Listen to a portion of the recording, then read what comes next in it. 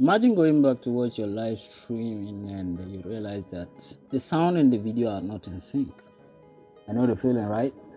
Now, this is a common issue. I think that cannot completely be solved because no matter how strong your internet is or how strong your gadgets are, it's always going to delay.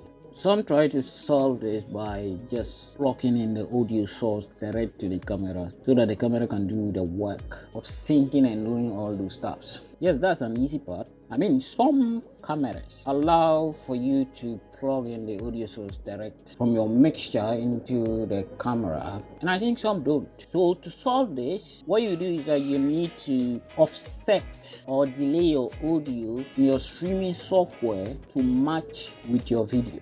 And to do this, some use editing softwares and all those stuff to calculate the number of seconds that is being delayed and just come back and put it into OBS or any other streaming platform. Then the video and the audio are in sync. But some do the guesswork.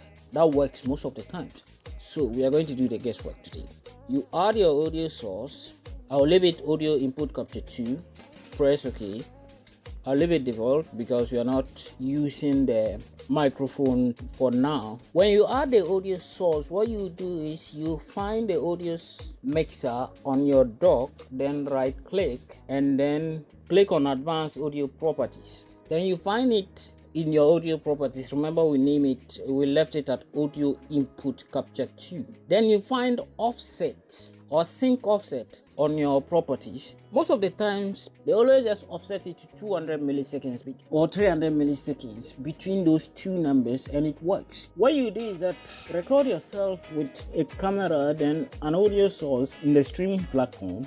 Then you clap 3 times. You use a clap to detect whether the syncing works or not, because it's difficult to just read your lips and know where to keep the sound or where to sync it. So assuming I put in 200 milliseconds, then click on OK, it offsets.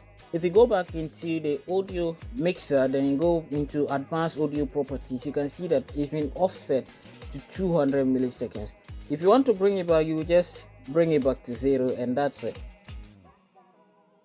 And that's the easiest way of offsetting or delaying your audio to match with your sound. This is Josiah with OBS Studio. See you in the next one.